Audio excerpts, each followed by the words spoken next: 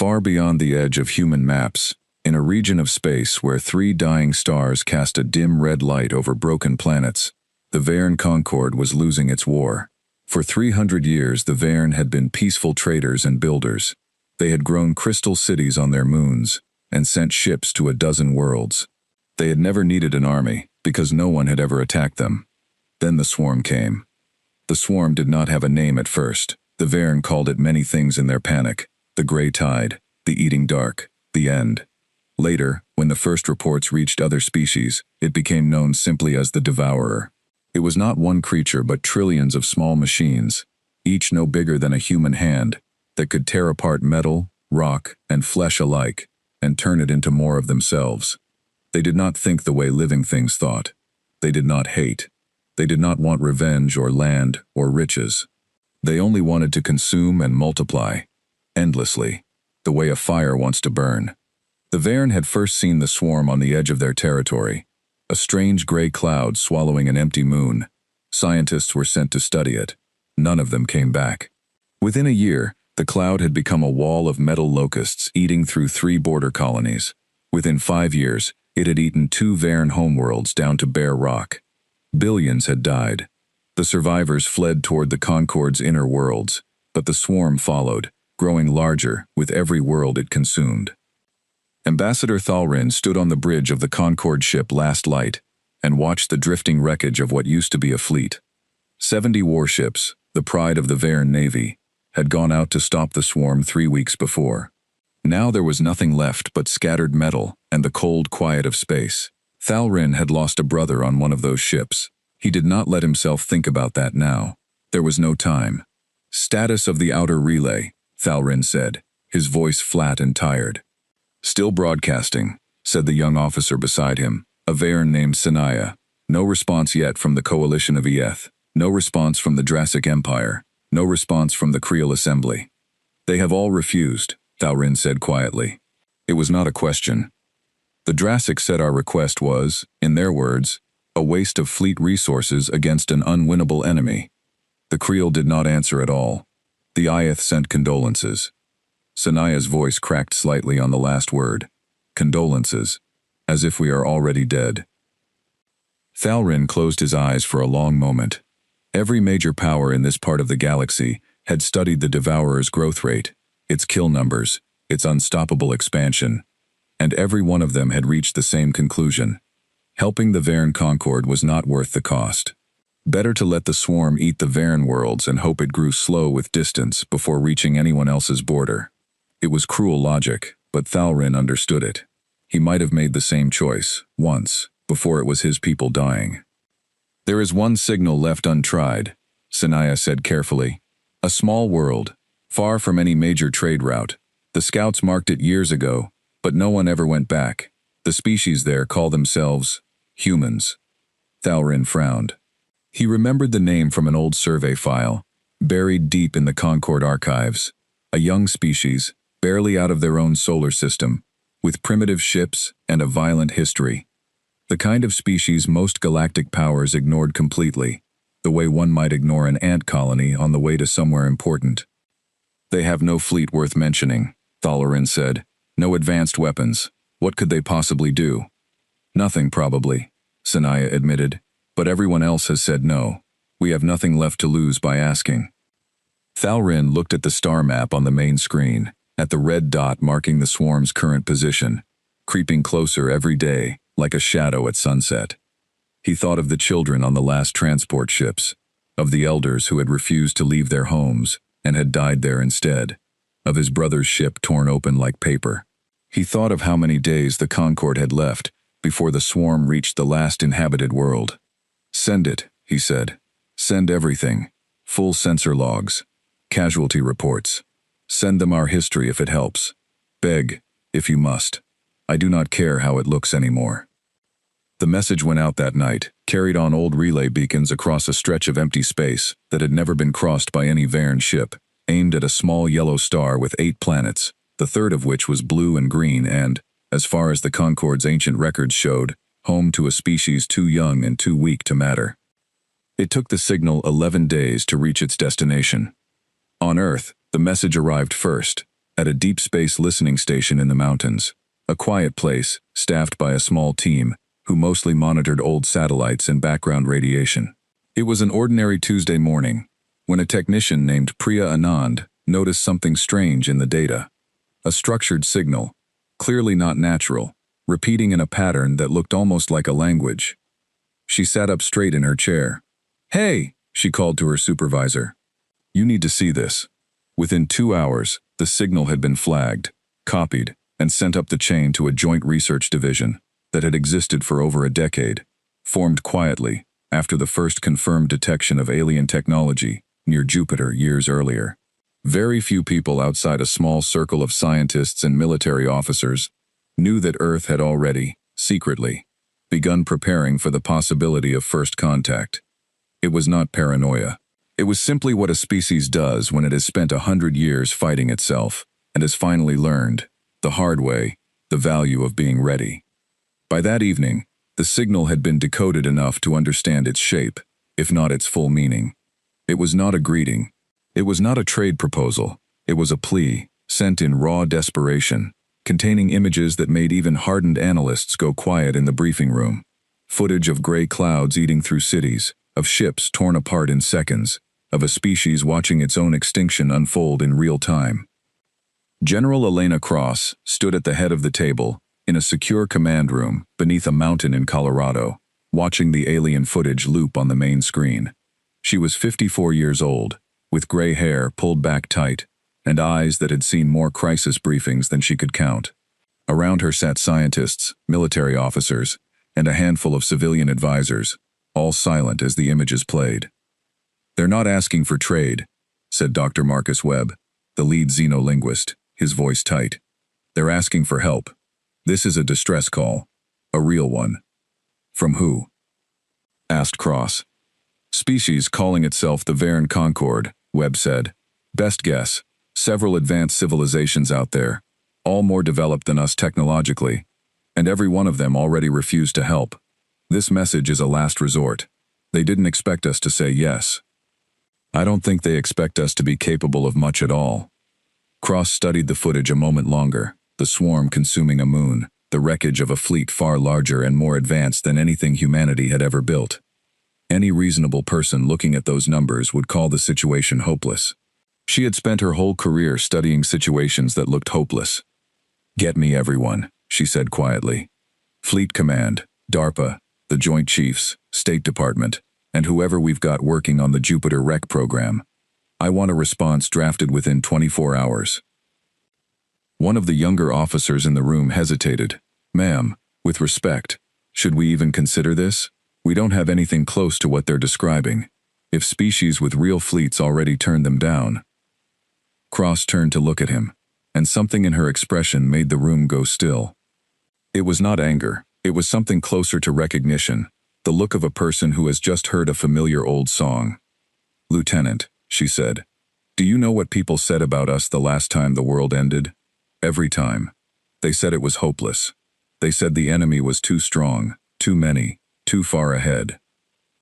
And every single time, we found a way." She looked back at the screen, at the gray swarm crawling across the stars. "This isn't the end of the world. It's somebody else's. But I think it's time we showed the galaxy what humanity does when someone asks us for help." No one in the room said anything for a long moment. Then, one by one, they began to nod. 11 days later, a small, unremarkable human transport ship dropped out of its jump near the edge of Varen space, broadcasting a simple message on every frequency it could find.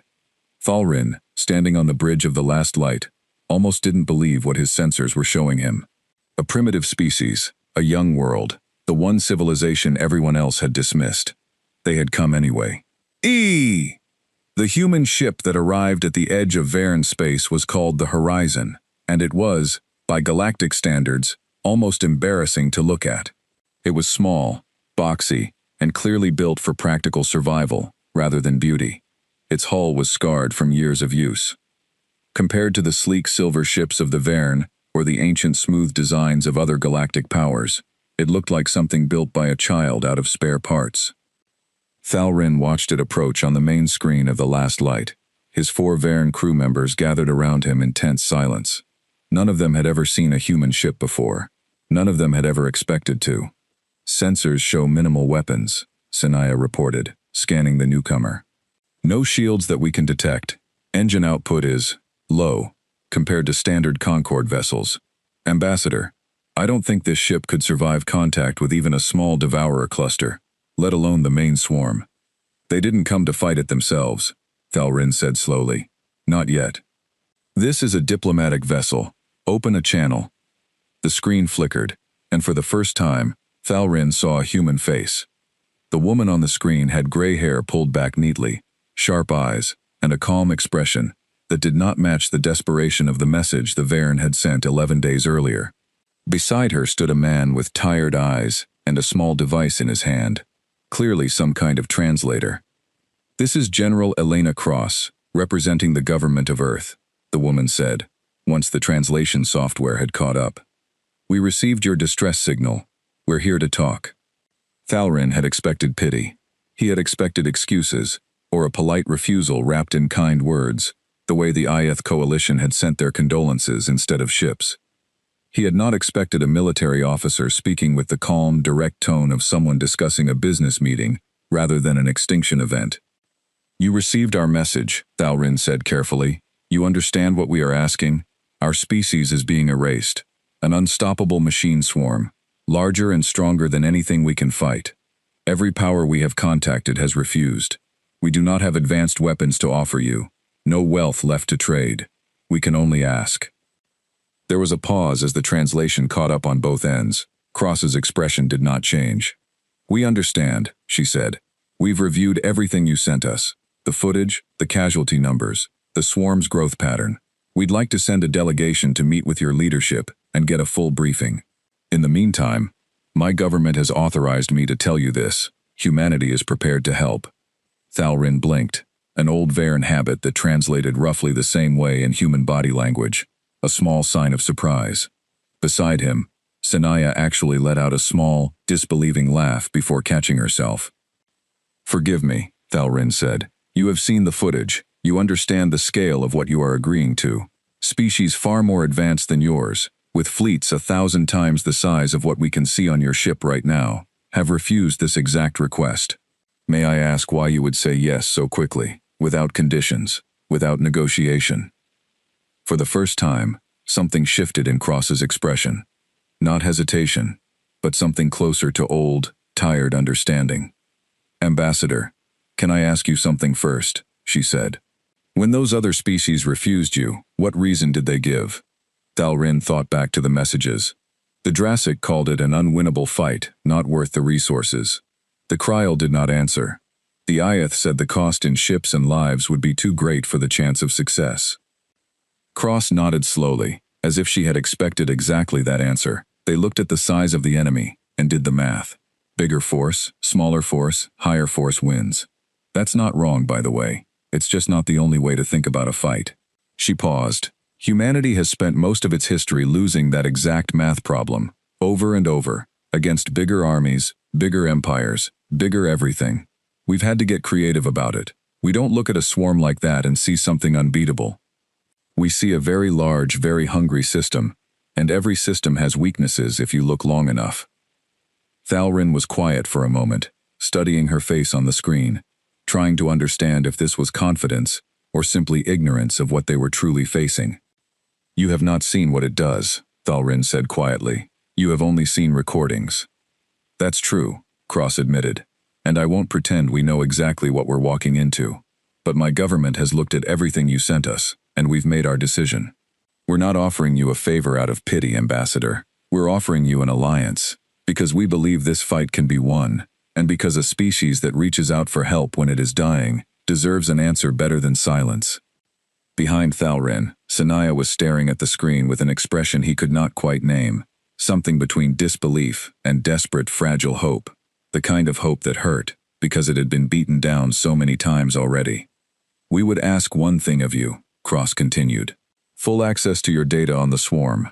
Everything you have, engagement records, sensor logs, wreckage analysis, anything you've learned from fighting it, even the failures. Especially the failures. We learn a lot from failures. You would have it. Thalrin said immediately. All of it. But Commander, General, I must ask you plainly. Your ship carries no significant weapons. Your fleet, from what our surveys show, is barely a century old and limited to your own solar system. What exactly do you believe you can bring to this fight that 70 Varen warships could not? Cross was quiet for a moment, and when she spoke again, her voice had a different weight to it, something that sounded almost like an old promise being kept. Ambassador, I won't lie to you and tell you we have bigger guns than you do, because we don't. What we have is a species that has spent its entire short history fighting wars it wasn't supposed to win, against enemies that outnumbered us, outgunned us, and underestimated us every single time. We know how to lose battles and still win wars. We know how to turn our own weaknesses into traps for someone who thinks they already understand us. She leaned forward slightly. Your swarm doesn't know humanity exists yet. That, more than any weapon, might be the most valuable thing we bring to this fight. There was a long silence on the bridge of the last light. Thalrin looked at his small crew, Sanaya, wide-eyed, the older engineer Doss, arms crossed but listening intently, young El, who had lost both parents to the swarm and had barely spoken in weeks, suddenly leaning forward toward the screen, as if pulled by something he didn't understand yet. We would welcome your delegation, Thalrin said finally. I will arrange transport to our surviving council on Varen Prime. I must warn you, General. Our council may share my hesitation about pinning our survival on a species so young. Some may not believe you can offer anything meaningful at all. That's fair, Cross said, and for the first time, something like a small smile crossed her face. We're used to being underestimated. It tends to work out in our favor. The channel closed, and Thalrin stood in silence for a long moment, staring at the empty screen where the human woman's calm, steady face had been. Ambassador, Sanaya said quietly, do you believe them? Thalrin thought about the way the human had spoken, not with false comfort, not with easy promises, but with the plain, grounded certainty of someone who had already decided the fight was worth having, regardless of the odds. It was different from anything he had heard from any other species since this war began. Every other power had looked at the numbers and seen only defeat. This woman had looked at the same numbers and seen a problem to be solved. I don't know, he admitted, but for the first time in months, I want to. Behind him, on the display, the small human ship began adjusting its course to follow the last light toward Varen Prime, its scarred hull catching the dim red light of the dying stars, carrying with it a message that would soon reach every desperate ear in Varen space. Help had finally come, and it did not come from where anyone expected. Varen Prime had once been a beautiful world. General Elena Cross could see that even now, looking down from the shuttle window as it descended through thick clouds toward the capital. Crystal towers rose from green valleys, their surfaces catching the light of the system's dim red sun. But even from orbit, she had seen the scars. Entire regions burned black, refugee camps stretching for miles outside the capital, ships in the sky that never seemed to stop moving, ferrying survivors from the outer colonies that were now gone forever. The council chamber was a wide open room built from pale stone, with a domed ceiling that let in soft natural light. When Cross entered with her small delegation, Dr. Marcus Webb beside her, along with 2 military advisors, she found 9 Varen counselors already seated, along with Ambassador Thalrin standing near the front, his posture stiff and formal. The counselors did not rise. A few of them barely looked at the humans as they entered. Cross had expected this. She had read enough history to know what it looked like when people believed help had arrived too late, or from the wrong place, or not at all. General Cross, said the eldest counselor, a Varen named Orvashti, her voice heavy with the particular exhaustion of someone who has given the same speech too many times. We thank you for coming, but I will speak plainly, because we do not have the luxury of time for careful diplomacy. Your species has no fleet capable of engaging the Devourer. Our own warships, technology developed over 3 centuries, could not stop it. What exactly do you believe you offer us beyond kind words? Cross had prepared for this question. She nodded once, calm, and gestured for Dr. Webb to bring up the display she had asked to be prepared. Counselor, before I answer that, I'd like to show you something, Cross said. Ambassador Thalrin was generous enough to share your combat data with us. We've spent the last several days analyzing it. The display flickered to life, showing footage the Varen themselves had recorded. The swarm's attack pattern against the doomed fleet weeks earlier. Cross watched several of the counselors flinch, clearly remembering losses that were still raw. Your fleet engaged the swarm in a traditional formation, Cross continued. Concentrated firepower, coordinated shielding, a single unified front. That's a sound strategy against most enemies. It's actually a very good strategy against most things your civilization has likely faced before. She paused. It's the wrong strategy against this enemy. Vashti's eyes narrowed. Explain.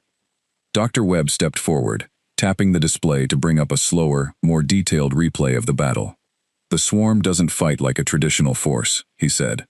It doesn't have a command structure the way your fleet does, or the way most militaries do. Each unit reacts locally, then spreads that reaction outward. When your fleet concentrated fire on the largest cluster, the swarm didn't retreat or reorganize the way a normal enemy would.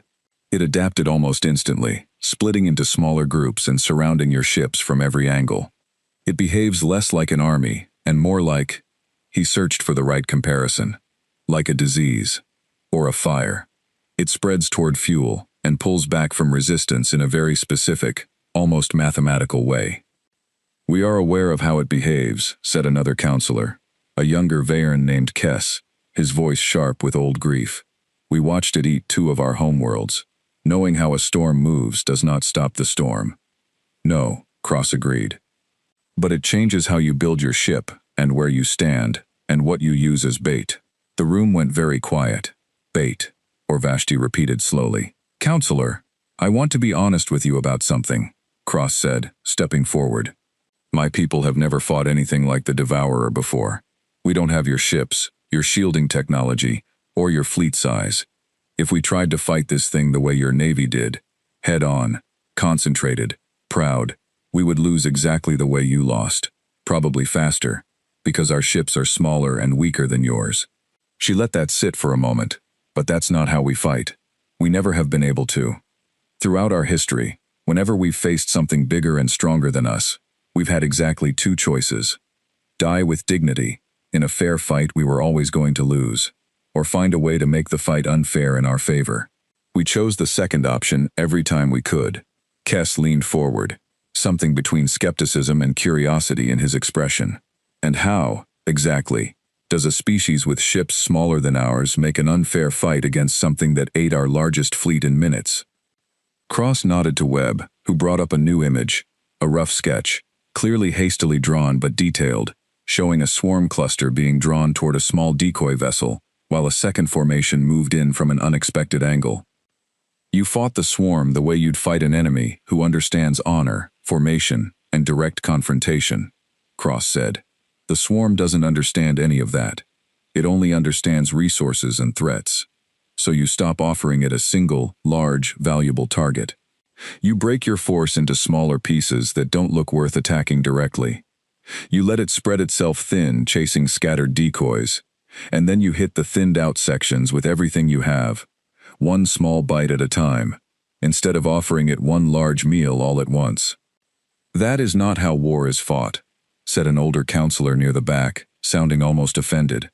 There is no honor in scattering, in hiding, in tricking an enemy, rather than meeting it directly.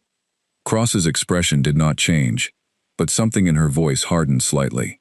Counselor, respectfully, my planet's entire history is full of wars. We should have lost by every measure of honor and direct confrontation. We won some of them anyway, because somewhere along the way, we learned that survival matters more than looking impressive while you die. I understand this may not match how your people traditionally fight. I'm not asking you to change who you are. I'm asking you to let us try something different, because what you tried already did not work, and we are running out of time to be proud about it. The chamber was silent for a long moment. Thalrin, standing near the front, finally spoke for the first time since the meeting began. Counselors, he said quietly, I was there when the fleet was lost. I watched 70 ships fight with everything they had, in perfect formation, exactly as our doctrine has taught for 3 centuries, and I watched all 70 die in less than an hour. He looked toward Cross. I do not know if the human strategy will work, but I know our own strategy has already failed once. at great cost. I would rather try something uncomfortable and new than repeat a mistake we have already paid for in blood. Urvashti studied Thalrin for a long moment, then turned back to Cross. You are asking us to trust an unproven method, from an unproven species, over doctrine we have used for centuries. Yes, Cross said simply. I am. Another long silence. Then Urvashti folded her hands and let out a slow breath, the sound of someone who had run out of better options and knew it. We have little left to lose, General Cross, she said finally. Show us this strategy of yours. All of it. If it fails, we will have lost nothing we were not already going to lose. If it works, she paused, glancing toward the window, where distant smoke still rose faintly from a burning colony on the horizon. Then, perhaps we were wrong to assume that strength only comes in one shape. Cross nodded, and beside her, Dr. Webb began pulling up detailed plans on the display, plans that had been drafted in secret rooms back on Earth over the past several sleepless days. Plans built not from advanced alien technology, but from something far older and far more human. The stubborn, practiced art of winning fights you were never supposed to win. Outside the chamber, in the corridor, Sanaya waited nervously, watching through a narrow window as the meeting continued inside. She had expected to see human diplomats offering comfort and sympathy, the same soft words every other species had given the Varen before quietly declining to help. Instead, through the glass, she watched the human woman speaking with sharp, direct confidence, gesturing at battle diagrams, arguing details of strategy, as if the fate of an entire civilization were simply another problem to be solved carefully and without panic. For the first time since the war began, Sanaya allowed herself something she had almost forgotten how to feel. Not certainty, not safety, but something close to hope, small and fragile, taking root where despair had been growing for months. 3 days after the council meeting, Thalrin found himself sitting across from Dr. Marcus Webb in a small briefing room aboard the human ship Horizon, surrounded by screens filled with strange human symbols and diagrams that meant nothing to him yet. He had asked for this meeting himself. If humanity was going to lead the fight for his people's survival, he needed to understand why they believed they could win a war that had already crushed a fleet 3 centuries more advanced than their own. You keep speaking of history, Thalrin said, watching Webb pull up a series of old images on the screen, grainy photographs of soldiers in trenches, ships burning at sea, cities reduced to rubble. Your species has fought many wars against each other, I understand this, but those were wars between equals. This is different. The Devourer is not another human army with different weapons. It does not negotiate. It does not tire. It does not stop. Webb nodded, unbothered by the challenge in Thalrin's tone. You're right. It's not the same kind of enemy. But the thinking that helps us fight it isn't new to us either. He tapped the screen, bringing up an old black and white photo of a large gray warship. About 100 years ago, in the middle of the 20th century, 2 of the most powerful nations on our planet spent decades preparing for a war. Neither side actually wanted to fight, because both knew it would destroy everything. We call it the Cold War. During that time, our scientists and military planners spent years imagining every possible worst-case scenario. Invasions, total collapse, enemies with weapons and numbers we couldn't match directly. And what came of this imagining? Thalrin asked. A whole way of thinking about warfare that doesn't rely on matching your enemy's strength for strength, Webb said. Doctrines built around using terrain, deception, decentralization, and endurance, instead of raw power. Strategies for fighting, when you're the smaller, weaker side, and you know it. We built entire military academies around the idea that the side with the bigger army doesn't automatically win. The side that adapts faster usually does. Thalrin frowned slightly. You are saying your species has spent a century preparing, in theory, for an enemy exactly like the Devourer. Not exactly like it, Webb admitted. Nobody imagined self-replicating machine swarms specifically. But we did spend a long time thinking about enemies that outnumber you, that don't play by conventional rules, that can absorb losses you can't. Insurgent warfare, swarm tactics. Even some very old theoretical work on fighting self-replicating threats, back when some of our scientists worried about out-of-control machines here on our own planet. He gave a small, tired smile. Turns out worrying about worst-case scenarios for 100 years is actually useful when a worst-case scenario finally shows up. Thalrin sat back, processing this. It was such an alien way of thinking, not building strength for its own sake, but building the ability to adapt to strength you didn't have. The Varen had never needed to think that way.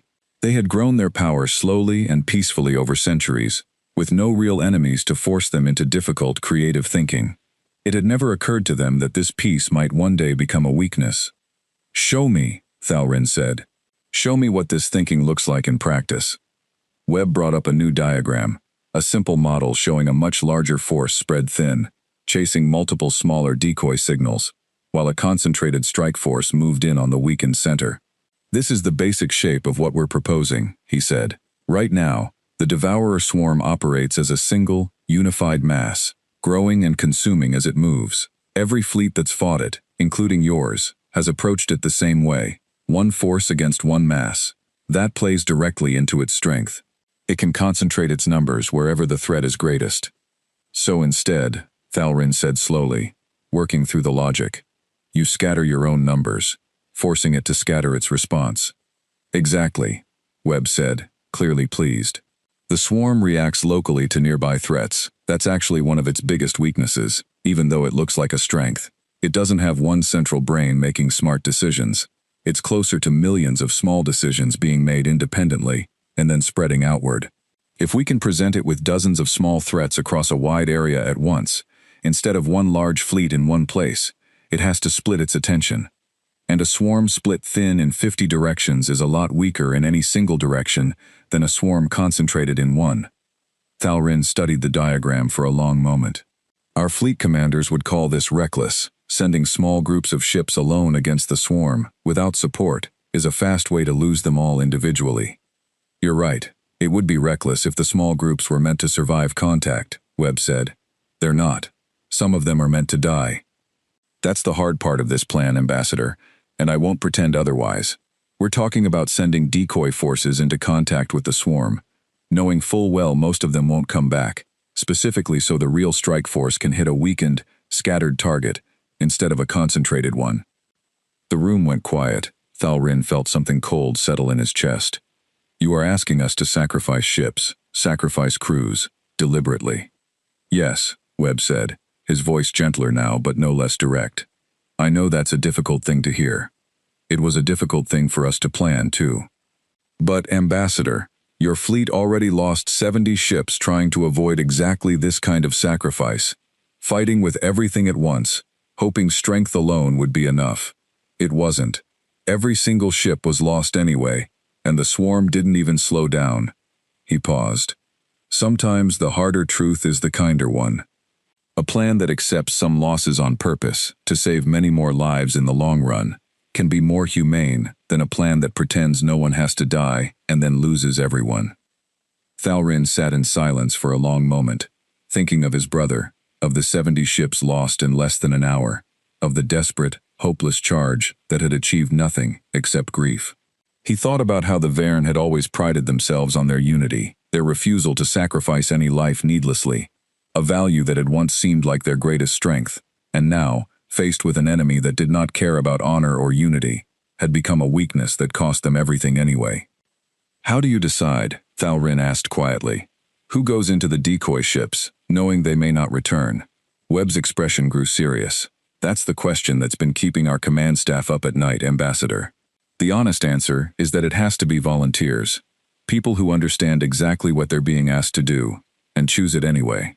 We don't have a version of this plan where we lie to people about the risk, or force them into it. If humanity is going to ask your people to trust a strategy built partly on sacrifice, the least we can do is make sure our own people are the first to accept that same risk, not just yours." Thalrin looked up sharply. "Your own people? You mean to say human crews would fly these decoy ships?" "Some of them, yes," Webb said. "This isn't a plan where we send your people to die and stay safe ourselves, Ambassador. If this works, it works because both our species are willing to take the same risks, side by side. That's the only version of this I'd feel right asking your council to accept." For a long moment, Thalrin said nothing. He thought of the desperate call Sanaya had sent 11 days across the stars, The small, unremarkable ship that had come anyway, offering not comfort but a plan. A difficult, painful, honest plan.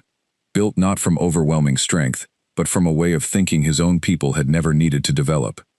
"You truly believe this can work," Thalrin said finally. "I believe it's given us the best chance we've had since this war started," Webb said carefully. "I won't promise you certainty, Ambassador. Nobody can promise that against an enemy like this. But I can promise you that we've thought about this problem as hard as we know how, and we're not asking anyone to take a risk we're not willing to take ourselves."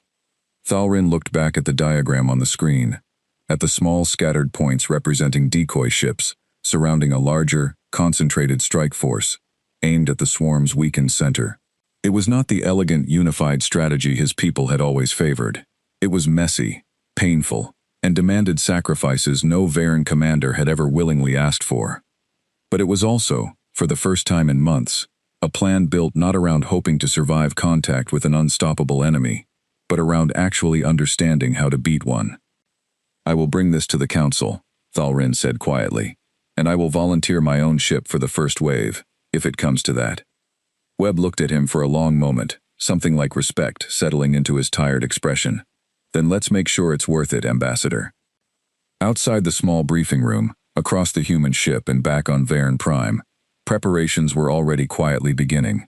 Factories retooling, old plans being dusted off and adapted, volunteers being quietly identified on both sides of an alliance that had existed for less than a week and was already asking its people for more than either species had ever asked of themselves before. Back on Earth, the world changed quietly and quickly, in ways most ordinary people barely noticed at first. Factories that had spent decades building cars, appliances, and consumer electronics began receiving strange new government contracts, the details classified, the deadlines impossibly tight.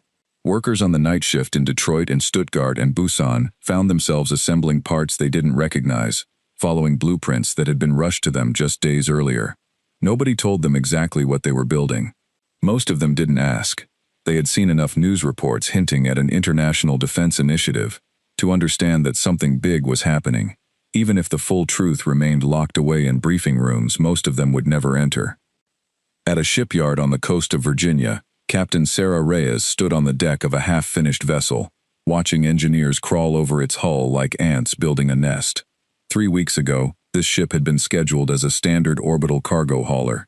Now it was being retrofitted with shielding plates, salvaged from old naval designs, sensor arrays borrowed from experimental drone programs, and a hastily adapted weapons system, built from technology recovered from the alien wreckage near Jupiter years earlier. The first real proof humanity had ever had that it was not alone in the universe. "We're running 4 days behind on the shield calibration," said her chief engineer, a stocky man named Halverson, wiping grease from his hands. "I can get it done, but not if Command keeps changing the specs every other day."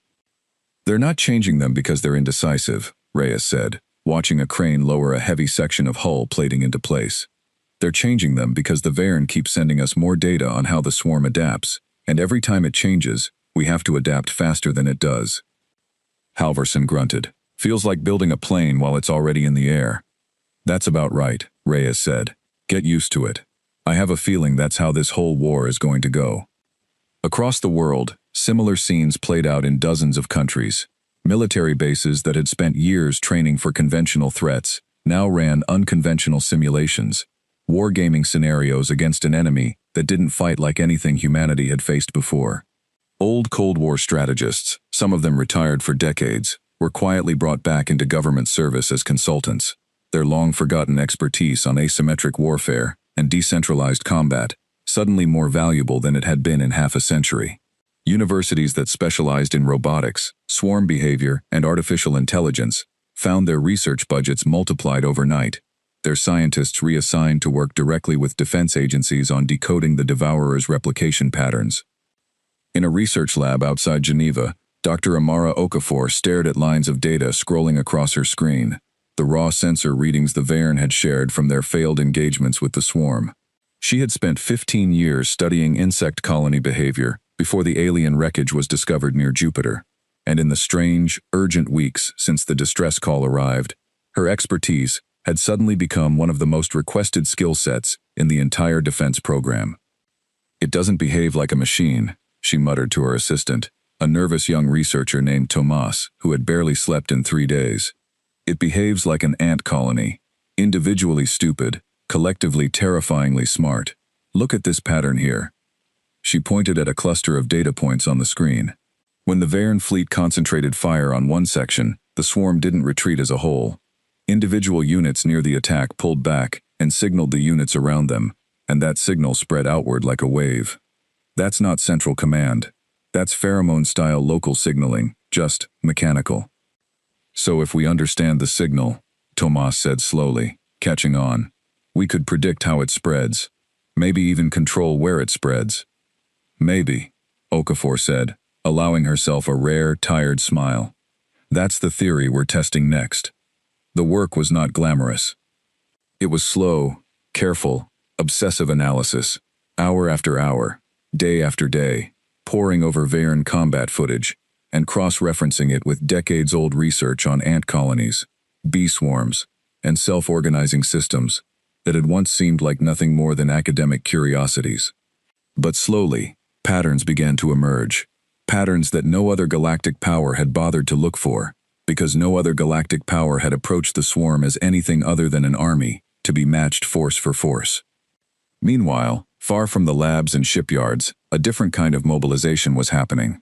On military bases around the world, quiet announcements went out through secure channels, asking for volunteers, for what was described only as high-risk special operations in support of Allied forces.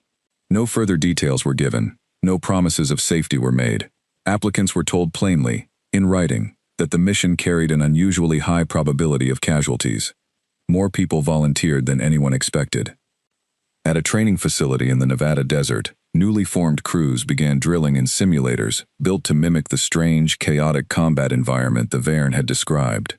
Swarms of small hostile drones converging from every direction, no clear front line, no safe position to retreat to. Among the first wave of volunteers was a former Air Force pilot named Jake Torres, 31 years old, who had left active service 2 years earlier after losing half his squadron in a training accident that still haunted his sleep. "You understand what this assignment actually means," his commanding officer told him during the final briefing. "You understand, you're being asked to fly toward an enemy, specifically to draw its attention, with a survival plan that depends on your escape timing being nearly perfect, and a lot of things outside your control going right." "I understand," Torres said. "Then why volunteer?" Torres was quiet for a moment before answering. "Because somebody has to fly toward it. And I'd rather it be someone who already knows what it feels like to lose people and keep going anyway, than someone who's never had to learn that yet." Similar conversations happened in dozens of languages, in dozens of countries, as thousands of volunteers stepped forward for a mission most of them barely understood, against an enemy they had never seen, in defense of a species they had never met. It was, by any reasonable measure, an irrational thing to do. And yet it happened anyway, the same way it had happened throughout human history, whenever people were asked to risk everything for something larger than themselves. Back on Varen Prime, Thalrin watched the reports coming in from Earth with something between disbelief and quiet awe. The speed of it was what struck him most. Within 3 weeks of the alliance being formed, human shipyards had already begun producing modified vessels based on shared Varen technology, blending it with human innovations in ways Varen engineers themselves had not considered. Human volunteers were already deep into specialized training for a mission that offered them no promise of survival, no wealth, no glory, beyond the quiet knowledge that they had chosen to help. "They move like a species at war with time itself," Thalrin remarked to Sanaya one evening, reviewing the latest production reports from Earth. "No debate, no prolonged council sessions. A decision is made, and within days, it becomes action."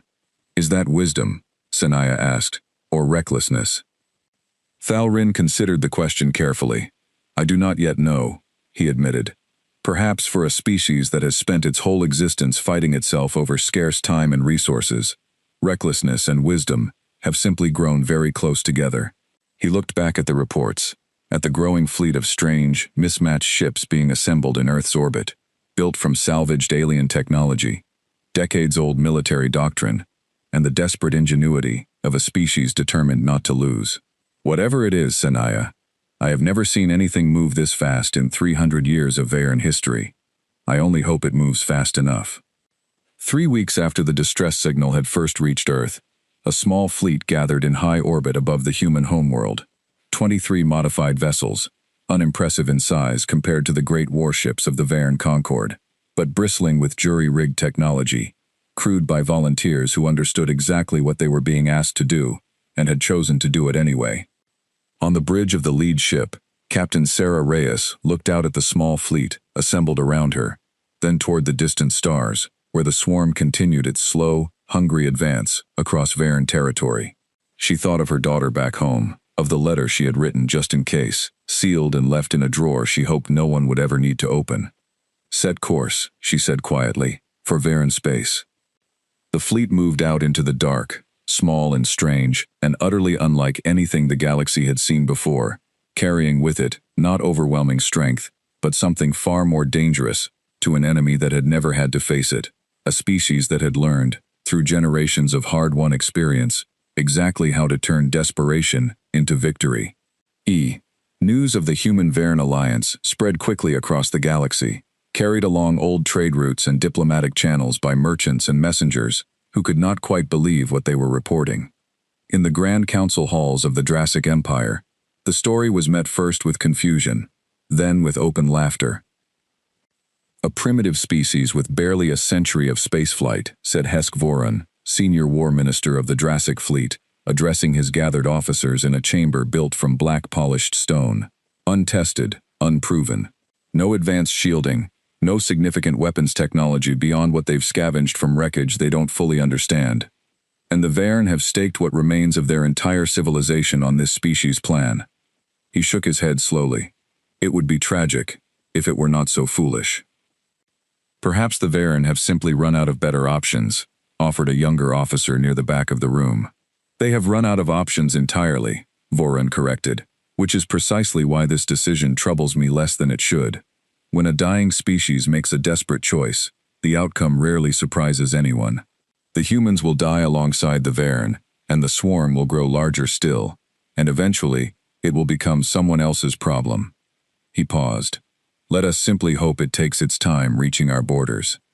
Similar conversations echoed through other councils across the region. The Krill Assembly, an ancient and deeply cautious civilization that had survived for millennia by avoiding unnecessary conflict, debated the matter for exactly one session before concluding that the Human-Varen alliance was, in the words of their eldest speaker, an interesting historical footnote in the making, and nothing more. The Iyeth Coalition, whose earlier condolence message had stung Thalrin so deeply, quietly began drafting contingency plans for their own borders, operating on the assumption that both the Varen and their strange new allies would be gone within a matter of months. Not every voice in the galaxy dismissed the alliance so easily. On a small trading outpost near the edge of Creel territory, a merchant named Biril Doss had made a small fortune over the decades buying and selling information as readily as goods. He had seen the human ship's specifications leaked through unofficial channels, had heard second-hand reports of the volunteer training programs, of the strange, rapid factory conversions happening across the human homeworld.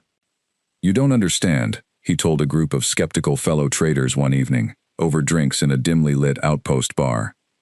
"I've dealt with humans before, in small trade negotiations, years back, long before any of this began. They negotiate like they're always slightly desperate, even when they're not. Every deal, they push harder than they should, take risks that make no logical sense on paper, and somehow still walk away ahead, more often than not." He shook his head. "I wouldn't count them out so quickly. There's something strange about that species. They don't calculate risk the way the rest of us do." His companions laughed him off, the same way most of the galaxy laughed off the idea that a small, unproven fleet of jury-rigged human ships could offer any meaningful help against an enemy that had already crushed an advanced Varen navy. But Biril Doss quietly began adjusting his own trade routes, moving his most valuable cargo further from the swarm's projected path, just in case the strange rumors turned out to be more than rumors after all. Back on Varen Prime, the doubt from other galactic powers reached the council chamber, in the form of increasingly hostile diplomatic messages. Counselor Orvashti read through the latest batch with a tired, resigned expression. one message in particular catching her attention, a formal statement from the Drassic Empire, politely worded but unmistakably condescending, warning the Varen Concord against wasting its remaining resources on unproven allies with no demonstrated capability against threats of this magnitude. They believe we have made a foolish choice, Vashti said, setting the message aside as Thalrin entered the council chamber for the morning briefing. Many believe that, Thalrin agreed. I have received similar messages myself, from contacts I once considered friends. They ask why we would trust our survival to a species so young, so unproven, when we could instead spend our remaining time and resources preparing an orderly evacuation of what colonies remain. An evacuation to where? Vashti asked sharply. Every world within range is already overcrowded with refugees. Every neighboring power has made clear they have no interest in accepting more of our people. An evacuation is not a plan, Ambassador. It is simply a slower way of dying. Thalrin nodded slowly. He had thought the same thing himself, more than once, in the quiet hours, when doubt crept in, despite his best efforts to hold it back. I do not disagree, Counselor. But I understand why others hesitate to believe in this alliance. The humans have shown us confidence, and clever strategy, and remarkable speed. But confidence and speed are not victories. We have not yet seen them fight the swarm. Until we do, I understand why the rest of the galaxy remains unconvinced. And you, Ambassador? Vashti asked, studying him carefully. Are you convinced? Thalrin considered the question for a long moment, before answering honestly. I am uncertain, he admitted. But I have watched them work these past weeks, Counselor. I have watched them turn confusion into a plan within days, turn a plan into a fleet within weeks. I have seen volunteers step forward for a mission that offers them nothing but the near certainty of death, and do so without hesitation, without demanding reward. I do not know if this alliance will save us, but I know that no other power in this galaxy was willing to offer us even the attempt. Vashti was quiet for a long moment, looking out the window of the council chamber toward the horizon, where the last human transport ships continued arriving in a steady stream, bringing supplies, technology, and personnel to support the coming engagement. Far beyond them, invisible to the naked eye but tracked constantly by every sensor the Concord had left, the Devourer swarm continued its slow, patient advance, closer now than it had been just a week before. Then let us hope, Ambassador, Vashti said finally, that willingness proves to be enough.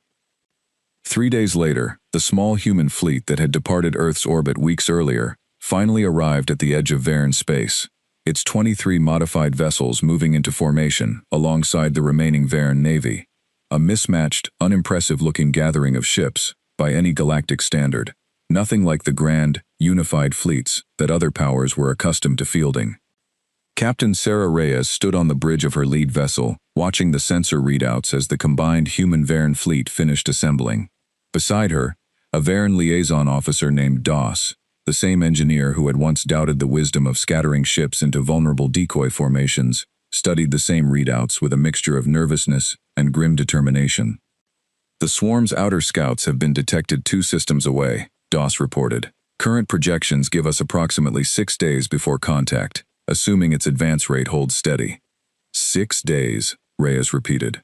She looked out at the assembled fleet through the viewport, small human ships bristling with improvised weapons and shielding, larger Varen vessels retrofitted with the new decentralized combat systems both species had developed together over the past several exhausting weeks. It did not look like a fleet capable of saving a civilization. It looked, if anything, like a patchwork gathering of desperation and improvisation. 6 days is enough time, Reyes said finally, more to herself than to Doss. It has to be. Far away, in council chambers and trade outposts across the galaxy, other species continued to watch, skeptical and doubtful, waiting to see whether this strange, unlikely alliance would prove to be humanity's finest moment, or simply another tragic footnote in the long, quiet history of civilizations lost to the Devourer's endless hunger. They would not have to wait long for their answer. The swarm arrived exactly on schedule, 6 days after first detection, exactly as the combined human-Varen projections had predicted. Captain Sarah Reyes watched it appear on her sensors first, as a faint gray smear at the edge of detection range, then, over the following hours, as an unmistakable, growing cloud that seemed to swallow the darkness of space itself. Even having studied the footage for weeks, even having prepared as thoroughly as any officer could, nothing quite prepared her for the sight of it in person. A living wall of hungry machines, stretching for what looked like an impossible distance, moving with the slow, patient certainty of something that had never once needed to hurry, because it had never once needed to fear losing. "All decoy formations, report status," Reyes said into her comm, her voice steady despite the tightness in her chest. One by one, the small, scattered groups of human and Varen ships checked in from their positions across the battle zone, spread wide, in a pattern that had been carefully designed over the past several weeks, based on Dr. Okafor's research into the swarm's local signaling behavior. 12 decoy formations, each consisting of only 2 or 3 ships, positioned at wide intervals designed to look, from the swarm's perspective, like a dozen separate small threats rather than one large concentrated target. "Decoy 7, standing by," came Jake Torres's voice through the comm, steady, despite the tension underneath it. "Decoy 3, in position," reported another voice. One by one, the confirmations came in, until finally, every decoy formation had checked in, and the fleet stood ready, spread thin across a wide stretch of space, waiting for the swarm to make its first move. It did not take long. The swarm's outer edge began to shift almost immediately, small clusters breaking away from the main mass, drawn toward the nearest decoy formations exactly as Dr. Okafor's models had predicted. Reyes watched on her tactical display as the swarm's behavior unfolded in real time, not a single coordinated response, but dozens of smaller, semi-independent reactions, each cluster reacting to the nearest perceived threat, spreading the swarm's attention thin across the battlefield. "It's working," came Dr. Webb's voice over a secure channel from the command ship further back, his voice tight with cautious excitement. "The swarm is splitting its response exactly like the models predicted. Decoy formations, hold position as long as you safely can, then execute evasion pattern Delta on my mark." "Copy that," Reyes said, watching the gray clusters drift closer to the scattered decoy ships. "Everyone hold steady." The waiting was the hardest part. Reyes had commanded ships in dangerous situations before, but nothing had prepared her for the particular tension of watching an enemy slowly, patiently close in on ships she knew were meant to survive only long enough to serve their purpose. She thought of Jake Torres, 31 years old, flying his small modified fighter directly into the path of an approaching swarm cluster, his voice steady over the comm even as the gray cloud grew larger on his own sensors with every passing second. "Cluster is closing on my position," Torres reported, his voice tightening slightly. "Estimate contact in 90 seconds. Hold as long as you can," Reyes said. "We need the swarm fully committed before we move the strike force in." "Understood," Torres said. There was a brief pause, and when he spoke again, his voice had steadied into something calm and almost matter-of-fact. "For what it's worth, Captain, this was worth doing." Reyes did not have time to respond before the first contact began. Across the scattered battlefield, the swarm clusters reached the decoy formations almost simultaneously, and for the first time, humanity witnessed firsthand exactly what had destroyed the Varen's proud fleet weeks earlier. The small machines moved with terrifying speed and precision, converging on the decoy ships from every angle, tearing through shielding and hull plating with mechanical efficiency. Torres's fighter shuddered under the first wave of impacts, alarms blaring across his cockpit as his shields buckled under the assault. "Shields at 40%, he reported, voice tight but controlled. "Evasion pattern Delta, executing now." His ship banked hard, weaving through the swarm cluster in a pattern designed not to fight the enemy directly, but to survive just long enough to draw it further from the main body, then break away at the last possible moment. Across the battlefield, similar scenes played out, small human and Varen ships weaving desperately through swarms of hostile machines, some escaping successfully, others taking damage that forced difficult, split-second decisions about whether to continue the mission or fall back. Not every decoy ship made it out. Decoy 9, a small Varen vessel crewed by 2 volunteers who had lost their entire families to the swarm's advance weeks earlier, disappeared from Reyes's tactical display, just as its evasion maneuver began, the swarm closing in too quickly for escape. Reyes felt the loss like a physical blow, even as she forced herself to keep her focus on the larger battle unfolding around her. There was no time to grieve in the middle of a fight. That would come later, if there was a later to come to. Decoy 9 is down, she reported grimly to command, continuing operation. Copy, came Webb's voice, tight with the same restrained grief Reyes felt. Swarm dispersal is at 68% and climbing. This is working, Captain. Hold the pattern.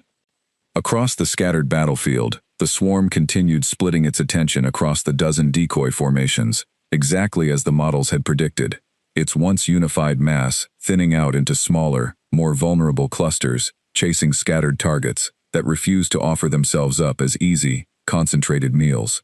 It was, in its own strange way, exactly the kind of fight humanity had spent a century preparing for, without ever knowing it.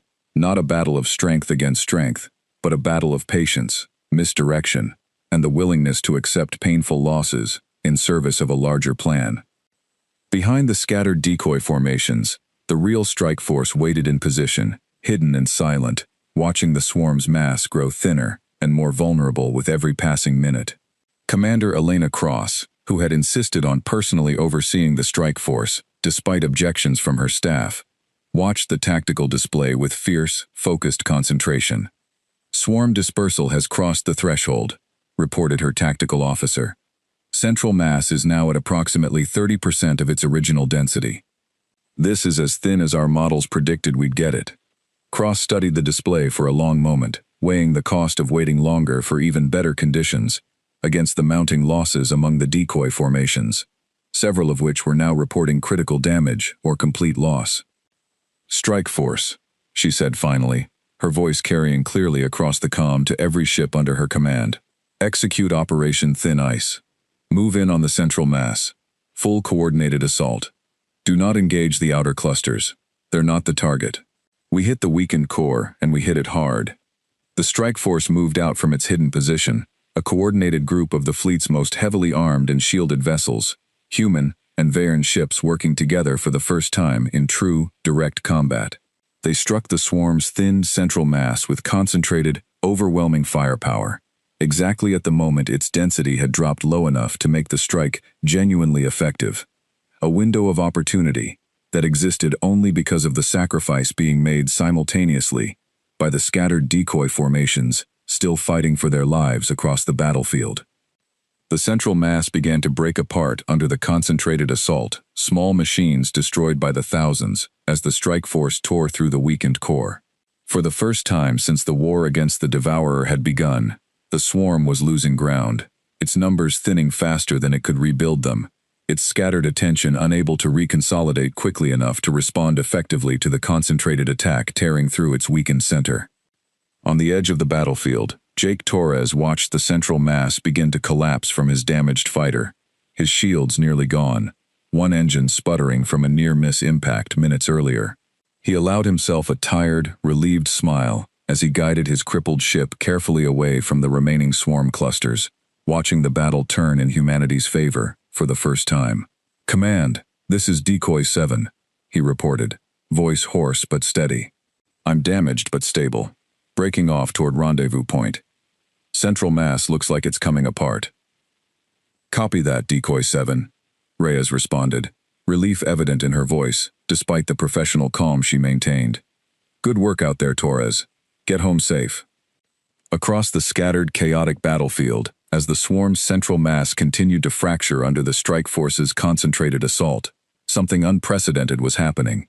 An enemy that had never once been forced to retreat, that had consumed everything in its path without hesitation or resistance for months, was finally, for the first time, being pushed back. It was not a total victory. Losses had been heavy among the decoy formations, and the swarm, though weakened, was far from destroyed. But as the battle finally began to wind down hours later, with the remnants of the swarm's central mass scattering in disarray, and the strike force regrouping to assess the damage, one thing had become undeniably clear to everyone watching, human and Varen alike.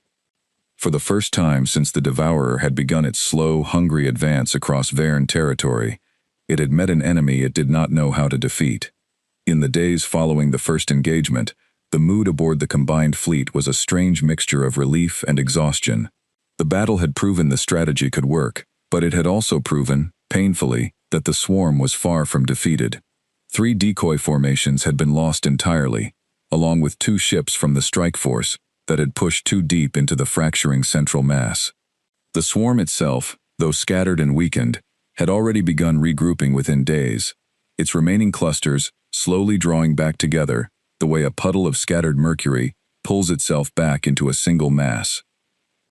Dr. Amara Okafor stood in the makeshift command center aboard the fleet's science vessel, staring at updated sensor data with a deep frown creasing her tired face. Beside her, Dr. Marcus Webb reviewed the same figures with growing concern. "It's rebuilding faster than we projected," Okafor said. "Look at this regeneration curve. We estimated it would take the swarm at least 3 weeks to recover its pre-battle density. At this rate, it'll be back to near full strength in 9 days. 9 days, Webb repeated grimly. That's not enough time to plan another operation on the same scale as the last one. We lost good people pulling that off once. We can't keep doing decoy operations forever, not against an enemy that regenerates this fast. We won a battle. We haven't won the war." Okafor rubbed her eyes, exhaustion evident in every line of her face. She had barely slept in days, poring over the data from the battle, searching for something, anything, that might explain how to actually end this fight, rather than simply delay it. "There has to be something we're missing," she muttered, almost to herself. "Every biological swarm system has a weakness beyond just scattering its numbers. Ant colonies, beehives, even bacterial colonies. They all have some kind of core vulnerability once you understand their replication logic deeply enough. We've been so focused on how the swarm spreads that we haven't spent enough time asking how it actually reproduces." Webb looked up sharply. "Go on." "During the battle, our sensors recorded something strange," Okafor said, pulling up a new set of data on the main screen. "Look at this. Right before the central mass collapsed, there was a brief spike in some kind of signal activity. Right here, concentrated in what looks like a small cluster near the geometric center of the formation. It only lasted a few seconds, but it was distinct from all the other local signaling patterns we've cataloged." "What do you think it is?" Webb asked, leaning in to study the data more closely. "I think," Okafor said slowly, working through the implications as she spoke, "that might be a coordination node. Not a central brain, exactly, nothing that sophisticated, but something closer to a queen in an ant colony. Not the source of every decision, but the source of the replication signal that tells the swarm how and where to rebuild itself after taking losses." Webb sat back, processing this. "If you're right, and we could identify and destroy that node before it regenerates the swarm's numbers, we might be able to disrupt its ability to rebuild entirely," Okafor finished. "At least temporarily. Long enough to hit it again while it's still weak, and this time do real, lasting damage instead of just scattering pieces that grow back together in a week." The problem was finding it. The signal spike Okafor had identified had lasted only a few seconds during the chaos of battle, buried within thousands of other data points from ships across the entire engagement zone. Isolating it, confirming it, and figuring out how to locate a similar node during a future engagement would require an enormous amount of careful analysis, and the swarm was regenerating with every passing hour. Over the following 4 days, teams of human and Varen scientists worked almost without sleep, cross-referencing sensor data from every ship that had taken part in the battle, searching for any additional trace of the strange signal pattern Okafor had identified. Ambassador Thalrin, who had insisted on staying close to the science teams despite having no technical expertise to offer, found himself running supplies and coffee between exhausted researchers, doing whatever small tasks he could to support the desperate effort. "You do not need to do this yourself, Ambassador," Okafor told him gently on the 3rd sleepless night, finding him carrying a tray of food between workstations. "You have diplomatic duties, council meetings, reports to file." "I have spent 3 months attending council meetings and filing reports while my people died," Thalrin said quietly, setting down the tray. "For the first time since this war began, I feel useful doing something other than talking. Let me stay." Okafor didn't argue further. On the 5th day, a young Varen analyst named El, the same quiet young officer who had lost both parents to the swarm and had barely spoken in the early weeks of the Alliance, burst into the command center with something close to excitement on his face, a rare expression from someone who had spent months buried in grief. "I found it," he said, breathless, pulling up a new data visualization on the main screen. I cross-referenced the signal pattern against the swarm's movement data from 3 separate engagement points during the battle, not just the central collapse. The signal isn't random. It appears at regular intervals, always at the geometric center of whatever formation the swarm is currently organized into. It's not fixed to one physical location. It moves with the swarm, but it's always there, always at the center, always broadcasting that same coordination signal at regular intervals.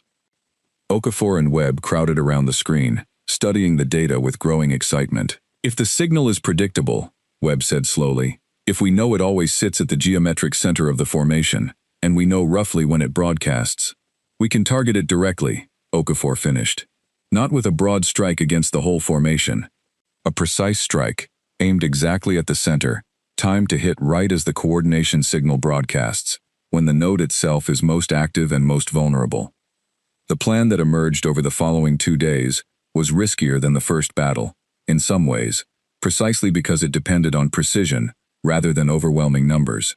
Instead of a wide decoy operation designed to scatter the swarm's attention, the new strategy called for a smaller, faster strike force to punch directly through the swarm's outer defenses toward its geometric center, timed perfectly to coincide with the coordination signal's broadcast window, while the majority of the fleet held back to prevent the swarm from immediately reconsolidating around the intrusion. "It's a much smaller margin for error," Cross said during the final briefing, studying the tactical plan with a serious expression. "If the timing is off by even a few seconds, or if the swarm's outer defenses prove tougher than expected, we could lose the entire strike team with nothing to show for it." "That's true," Okafor admitted. "But if we're right about this node, Commander, and we manage to destroy it during an active broadcast window, we're not just scattering the swarm anymore. We're disrupting its ability to coordinate its own regeneration. That's the difference between winning a battle and actually ending this war."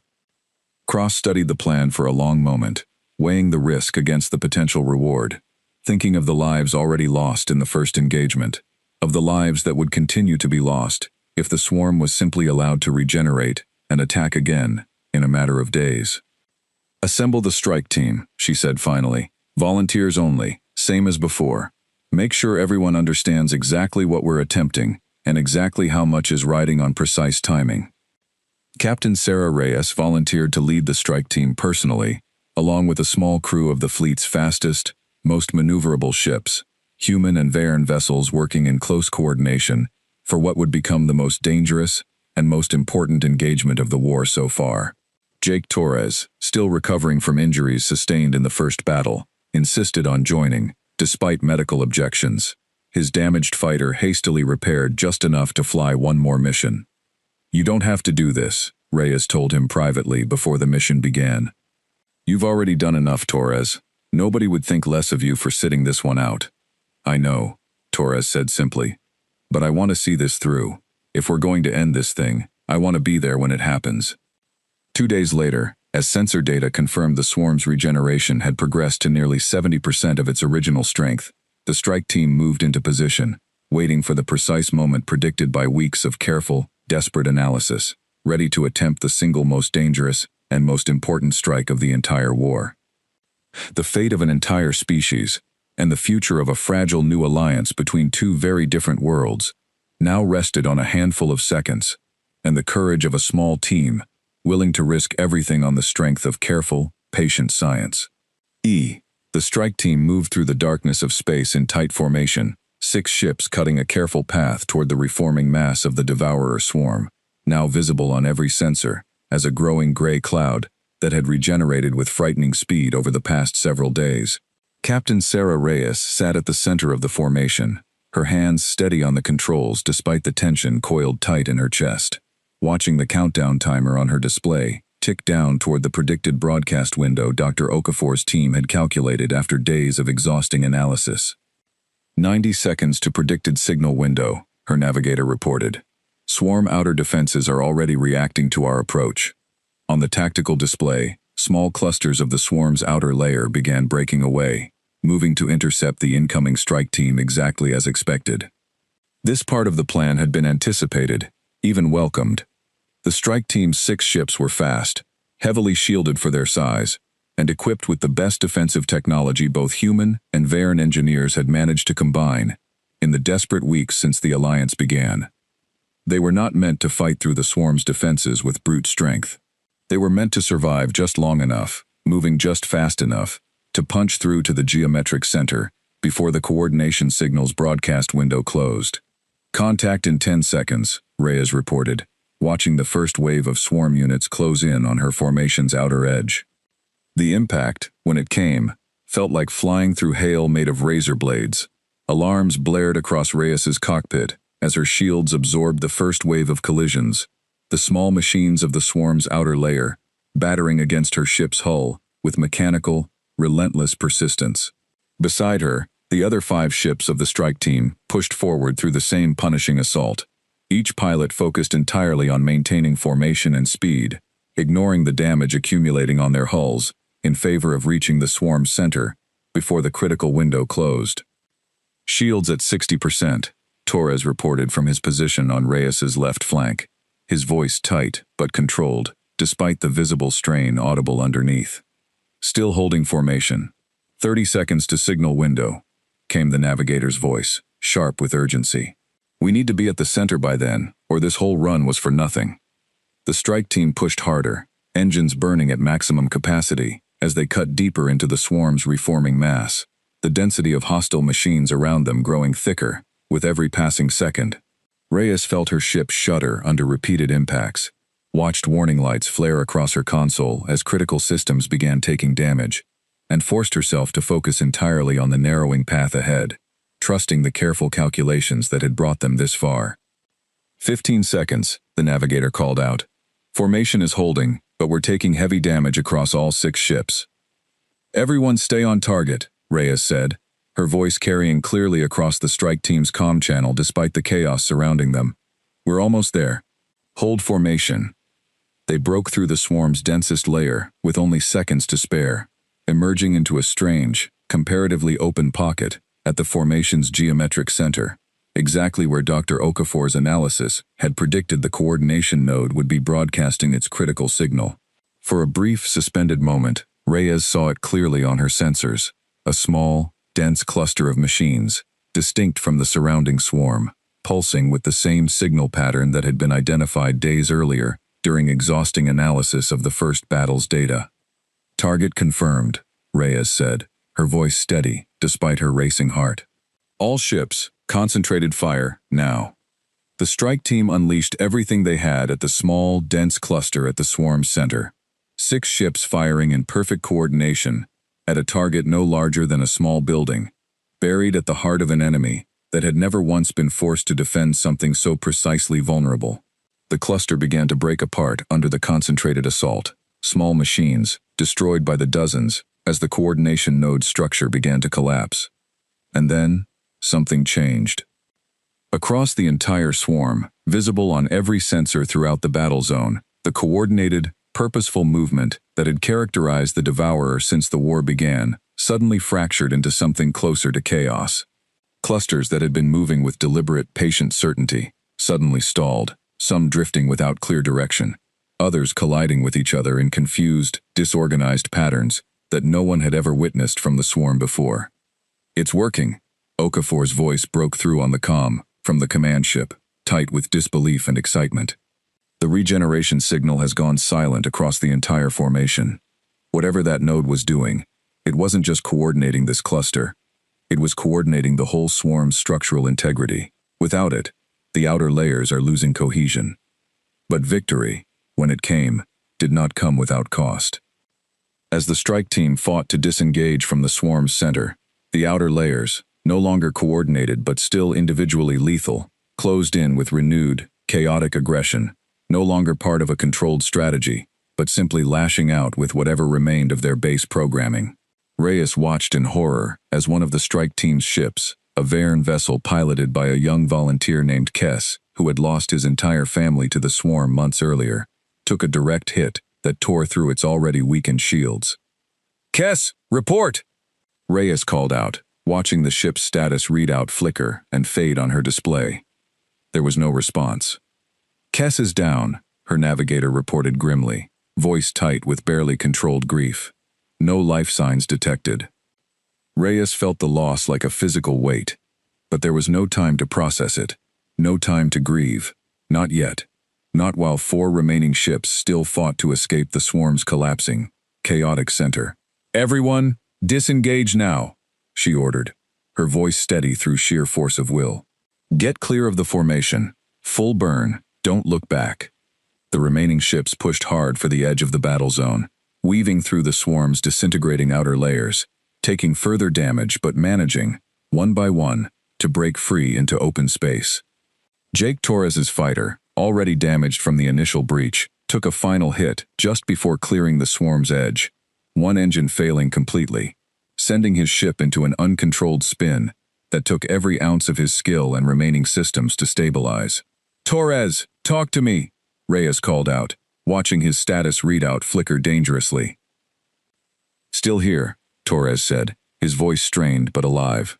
"Barely. One engine down. Hull breach on deck 2. But I'm clear of the formation. I'm alive, Captain." Relief flooded through Reyes, sharp and immediate, even as she thought of Kess, of the strike team's 6th ship that would not be making the journey home. The remaining 5 ships regrouped at a safe distance, watching on their sensors as the swarm's once unified mass continued to fracture and scatter, its coordination lost, its regeneration halted, its outer layers drifting apart with no central purpose driving them forward any longer. It was not a total destruction of the enemy. Individual clusters of the swarm remained, some still dangerous, still capable of localized attacks, but the great, unified, ever-growing mass that had consumed 2 Varen homeworlds and threatened to consume everything else in its path had been broken, its ability to coordinate and regenerate, crippled by a single, precisely timed strike against a vulnerability no other galactic power had ever thought to look for. Back on the command ship, as reports came in confirming the swarm's central coordination had collapsed, the celebration that might have been expected did not fully arrive. News of Kess's death spread quickly through the fleet, and alongside the relief and quiet joy of victory came a heavier, more complicated grief, the kind that comes from paying too high a price for something too important to regret. Ambassador Thal Rin found Sanaya, alone, in a quiet corridor aboard the command ship hours after the battle's end, staring silently out of viewport toward the scattered, dying remnants of the swarm still visible in the distance. "Kess was a good officer," Sanaya said quietly, without turning around. "He lost everything to that thing. His parents, his siblings. He told me once that he didn't care if he survived this war, as long as it ended, as long as no one else lost what he lost." She wiped her eyes, her voice thick with grief. "I suppose he got his wish." Thal Rin stood beside her in silence for a long moment, thinking of his own brother, lost in the first doomed battle months earlier, of all the losses that had brought them to this moment. "I do not think victory erases grief, Sanaya," he said finally. "I think, perhaps, it simply gives grief a place to rest, instead of continuing endlessly with no end in sight."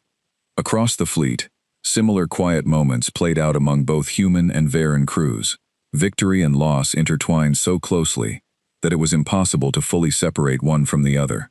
Captain Reyes stood alone in her quarters that night, writing a difficult letter to Kess's remaining family among the Varen refugees, a task made no easier by the fact that she barely knew how to properly address a grieving Varen family, only that it needed to be done, and done with as much care and honesty as she could manage. It was, Thal Rin would later reflect, a strange and unexpected lesson about the strange new allies his people had found, that for all their speed, their cleverness, their unconventional strategies, humans did not celebrate victory by forgetting its cost. They mourned their dead with the same fierce intensity they had fought for them, refusing to let grief and triumph exist as separate, disconnected things. It was, perhaps, the most human thing Thal Rin had witnessed since this alliance began, and it left him with a quiet, growing certainty that whatever came next in this war, his people had chosen their allies well. In the weeks following the battle that broke the Devourer's coordination, the remaining fragments of the swarm proved far easier to contain.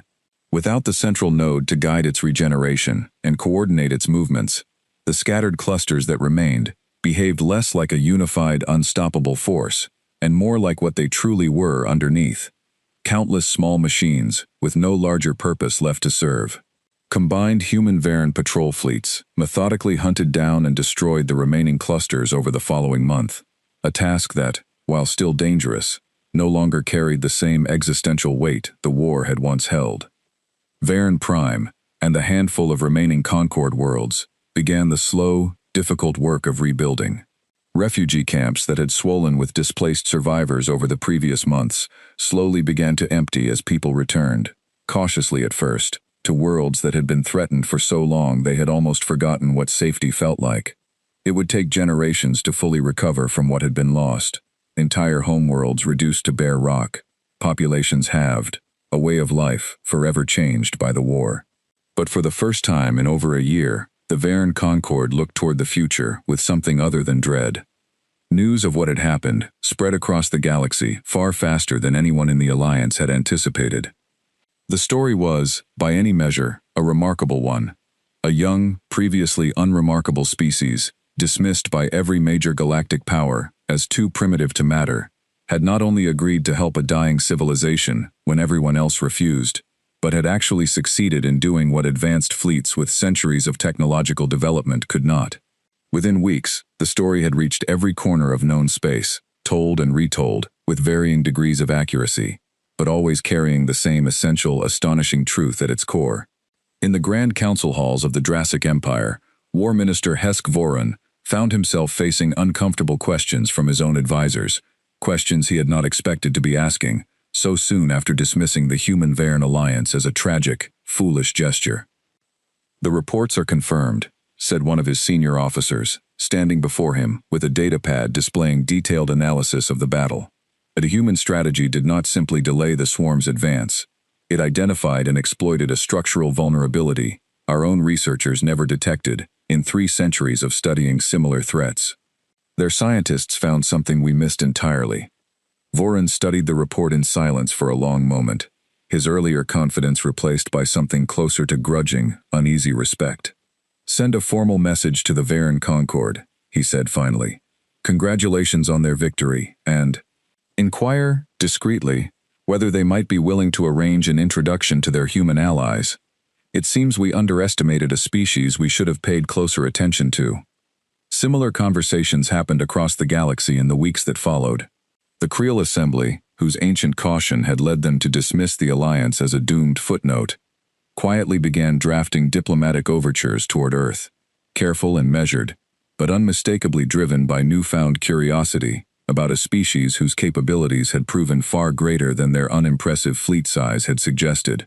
Even the Ioth Coalition, whose earlier condolence message had cut so deeply, sent a formal apology to the Varen Concord, along with a cautious request to establish diplomatic contact with the humans who had accomplished what their own analysts had deemed impossible. Back on Earth, the sudden surge of galactic attention arrived, with a mixture of validation and unease. General Elena Cross found herself in an unusual position, no longer simply defending an unproven alliance to a skeptical Congress, but managing a growing line of requests from alien governments eager to establish contact with a species that had, almost overnight, transformed from a galactic curiosity into a subject of serious interest and, in some quarters, genuine concern. "They want to know what else we're capable of," Dr. Marcus Webb said during a briefing several weeks after the battle, reviewing a growing stack of diplomatic inquiries from 6 different alien powers. Every message asks some version of the same question, dressed up in different diplomatic language. What else can humanity do? "What other surprises are you hiding?" Cross studied the reports with a thoughtful expression, thinking back to that first meeting with Ambassador Thalrin, to the desperate plea that had arrived 11 days across the stars, from a species that had expected, at best, polite rejection. "Let them wonder," she said finally. "We didn't do any of this to prove a point to the galaxy, Marcus. We did it because a species asked for help when they were dying, and every other option had already said no. If that's changed how the rest of the galaxy sees us, that's not something we need to chase or manage. It's just something that happened because we did the right thing when it counted." Not everyone in the galaxy was pleased by humanity's sudden rise in reputation. Some powers, quietly and cautiously, began reassessing their own military doctrines, uneasy at the thought of a young, unpredictable species capable of solving problems that had stumped far more advanced civilizations. Rumors spread, some accurate, many wildly exaggerated, about the true extent of human capability, about secret weapons and hidden technologies that surely explained such an improbable victory. The truth, though far less dramatic than the rumors, was in some ways even more unsettling to those inclined to worry. Humanity had won not through some hidden advanced technology, but through creativity, sacrifice, and a willingness to think about problems in ways no one else had bothered to consider. On Varen Prime, 6 months after the battle that had saved what remained of the Concord, Ambassador Thalrin stood once again in the same council chamber where he had first watched General Cross argue for an alliance no one else believed could succeed. The chamber looked different now, less desperate, filled with the cautious optimism of a civilization slowly rebuilding rather than the raw grief of one facing extinction. Counselor Orvashti stood beside him, watching as a new group of visitors was escorted into the chamber, representatives from 3 separate galactic powers, all requesting the same thing, a formal introduction to Earth's diplomatic delegation. "It seems your prediction was correct, Ambassador," Orvashti said quietly, watching the visiting delegations settle into their seats. Willingness proved to be enough, and more besides. Thalrin allowed himself a small, tired smile, thinking of everything the past year had cost. His brother, Kess. So many others lost along the way, on both sides of an alliance that had been built from nothing but desperation and a willingness to try. "I do not think it was ever really about proving anything to the galaxy, Counselor," he said. "I think humanity would have done exactly the same thing, even if no one else had ever noticed. That, perhaps, is what makes their willingness so different from simple ambition."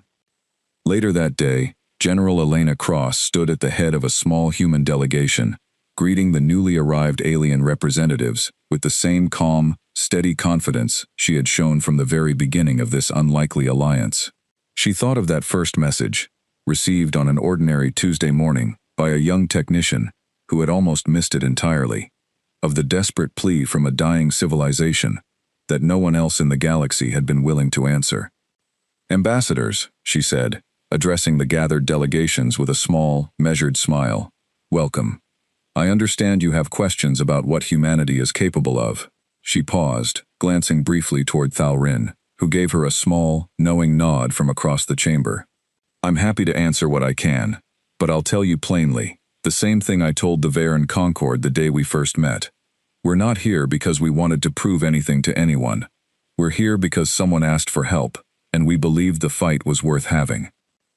She gestured toward the open doors of the chamber, where more visitors continued to arrive, drawn by curiosity, caution, and the quiet, growing understanding that the galaxy's newest and youngest civilization had proven itself capable of far more than anyone had ever expected. "So," Cross said simply, stepping aside to welcome the gathered representatives into the chamber. "Come in, let's talk." And as the doors opened wider, admitting representatives from civilizations far older and more advanced than Earth had ever imagined meeting, humanity's strange, unlikely journey among the stars quietly began its next chapter. Not as a species defined by what it lacked in size or strength, but as one defined by what it had proven, against every expectation, that it was willing to do when it mattered most.